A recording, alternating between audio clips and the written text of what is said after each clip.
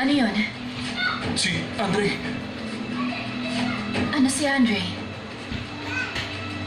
Nababaliw na ba siya, ha? Ba't niyo yun gagawin?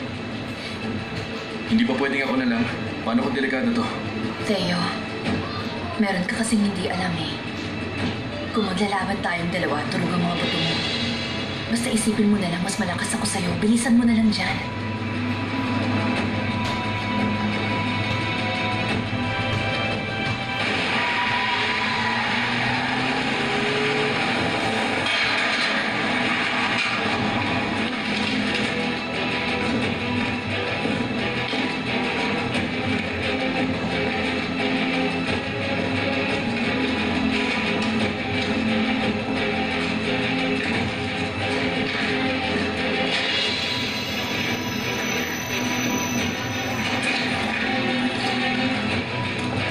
Bitin mo ba? Radyo, hayop ka. Ano to, ha? Bakit mo ginagawa to sa akin, ha? Umimik ka! Ikaw tumahinang nahulog sa babae, di ba? Ikaw ang tumalikod sa trabaho. Kung may traitor sa atin, ikaw yun. Andre, kailangan ko rin ng pera. Ha? Pasensya ka na.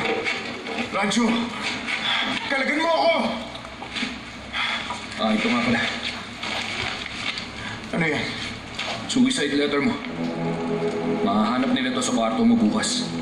Magpapakamatay ka dahil sa sobrang hiyot mo sa pagpatay sa papa mo.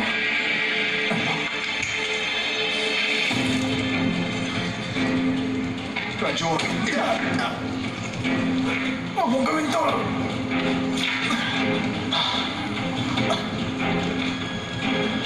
Yan yung component na acrotin. Yan din ang tumapos sa papa mo. Mga 10 minuto lang o hanggang 30 minutes. Tatalab na yan. Baliw ko na talaga. Dahil wala ka natanggap na mana galing kay Papa, sapat na yung murder motive.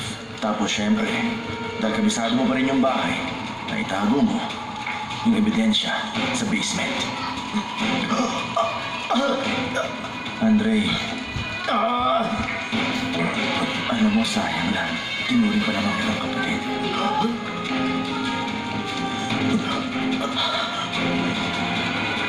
Aaron, anak.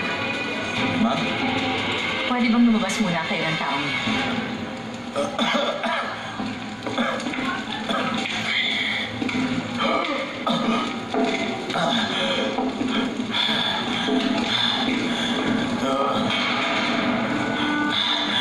Akala mo ba papabayaan lang kita ng padali?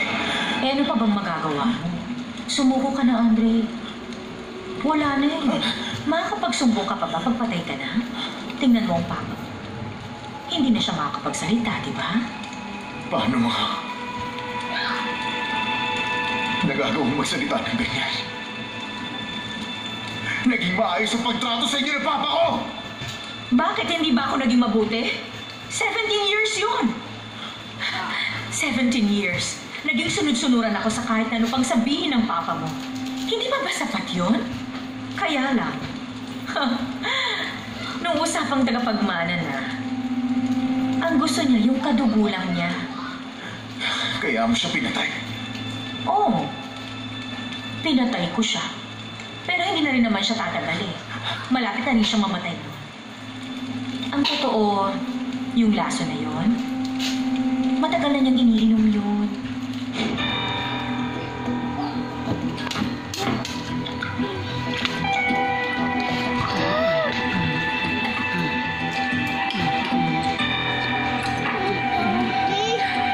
Dahan-dahan, aadik na siya dun sa lasong yun. Nang hindi niya nalalaman. Kaya malabong baka 1 taon pa siya. Kaya lang, nung sinabi niya yung tungkol sa mana, Siyempre nagalit ako. Tinapos ko na kagad siya. Sa ginawa ko, pinaikli kong paghihirap niya. Yung mga noong mo asawa, pinatay mo rin sila, di ba? Melanie Kang. Tama. Ay, kaya lang. After 20 years, wala pa rin nakakaalam. At tingin ko, wala pa rin makakaalam in the next 20 years na pinatay kita. At ang papa mo.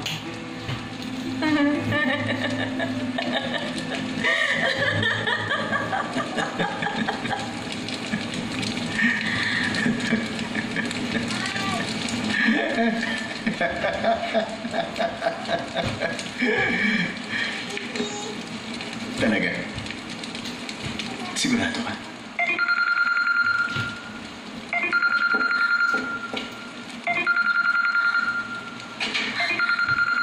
Ay, sino ba kasing makulit na to, oh? Sabi nang walang tatawag pag oras ng trabaho, eh. Labas na!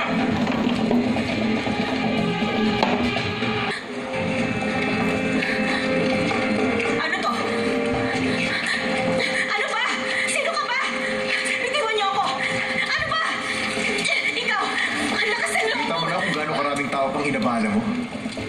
Para lang mag-confess ka sa mga kasalanan mo. Ah, ito. Sige na, may panic disorder ang isang yan. Bilisan ng pag-aresto ng makulong na yan. Nang maturuan ng leksyon. Wag! Bitiwan niyo ako! Bitiw sabi! Ano ba? Oh. Bibi! Ikaw, Andre! Magbabayad ka!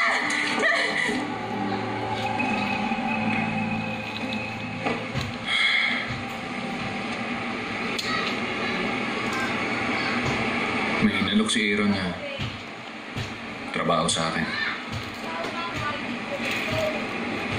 Mukha ba akong trader na kaibigan? Ba't ganun ang tingin niyo sa akin? Wala mo yun. Magaling bumasa ng tao si Aaron. Ano sinabi mo sa kanya? Tinatanong pa ba yun? Di pumayag ako. Ay, ikaw talaga. Kaya ang hirap magtiwala sa'yo eh. Ano magagawa ako? Tagapagmana yun. Eh ikaw, pulubi ka lang kaya. Alam mo naman ang prinsipyo ko. Una, pera. Pangalawa, mas malaking pera. Eh di kunin mo na yung pera at gawin yung gusto nila. Bakit sinasabi mo pa sa akin yan? Problema kasi dito yung pangatlong prinsipyo ko. May pangatlo? Ano yan? Manners. Ano? Ako nga, magalang eh. Yung visit na yun, kung makipag-usap sa akin, kala mo mas matanda pa. Ganun din ako sa'yo ah. Ikaw may-ari ng bahay. Siyempre, may respeto ako sa'yo. Pagkanga, tsaka respeto. Oo, yan. Tumanggi ka sa offer? Hindi, tinanggap ko pa rin. Ba't mo gagawin yun? Nang makatikim siya sa atin. Bakit? Bastos eh.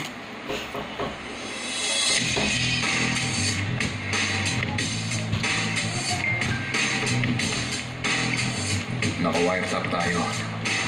Sa text tayo mag-usap. May nahanap pa sila. Wala pa. Hindi ka papasok sa loob. Ayoko na. Umarte kang galit. Umalis na lang tayo. Ba't ko gagawin yan? Hindi ko pa alam kung bakit siya namatay. Kaya paano ko magagawa umalis? Hindi, dapat mas galit pa. Kailangan ba yon? Alin? Yung autopsy. Kahit na hindi mo kilala si Papa, tama bang sabihin mo yun? Ganyan. Very good. Happy ayo lang lahat.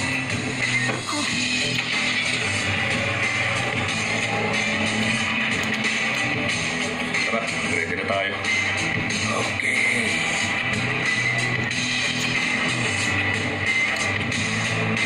Sige.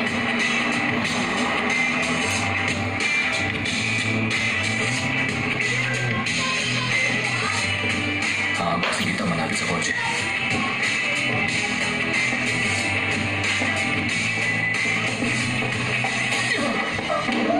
Ito na yun. Ito na yun. Ha? Saan ka ba? Baba pa.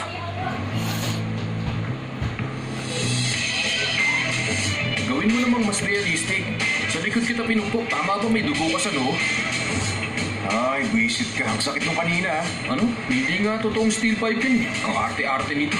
Kutusan kita dyan. Kanan ba o kaliwa yung Yonan Pier? Diretso na. Naligaw na yata ako eh. Ay!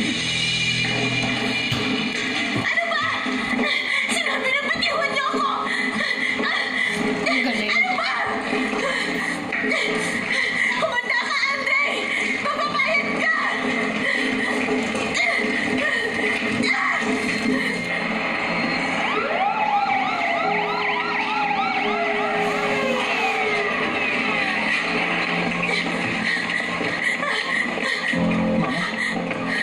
Aaron!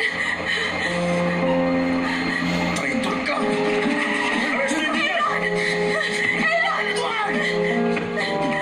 Hindi pwede! Nice work, detective!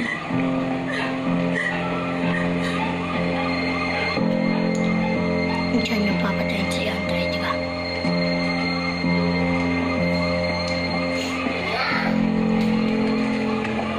Teka! Teka!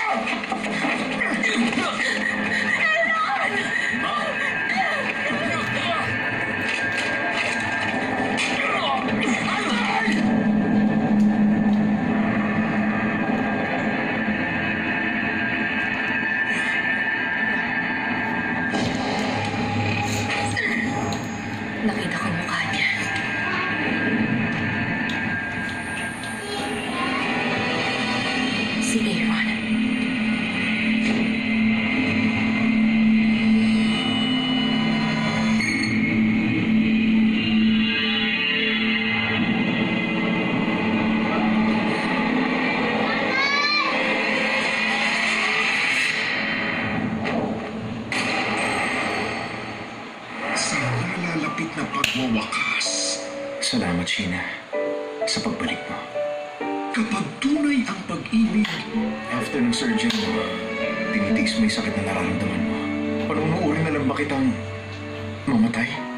ilang beses mang palayain, Yung kwento namin ang tanging kwento na maaalala ko sa mundong to. paulit-ulit pa rin babalik. Alam ko na magkikita ulit tayo. Ako ba kilala mo? Mahal kita. Dapat siguro hindi na lang ako bumalik. O bakit? Balak mo na naman ba umalis? Legend of the Blue Sea. The legendary finale. Tapos again? May isang linggo. Nagpanggap lang si Andre nung ang naalala. Patnubay at Ma? gabay ng magulang Ma? ay kailangan sa mga Nagpanggap? batang manunood. Ma! Tanggapin mo na yung Teka. sinutulong ni boss. Hindi sigurado ko sa'yo. Hindi ka magsisisi. Oh! Ha? Pasyon tayo mula sa kabilang partido. Huwag daw tayong mawawala. Paano niyo magiging successful ang event yung marriage? Lipat mo! Yan na. Lipat ko yan, ha? Yan, nakakang.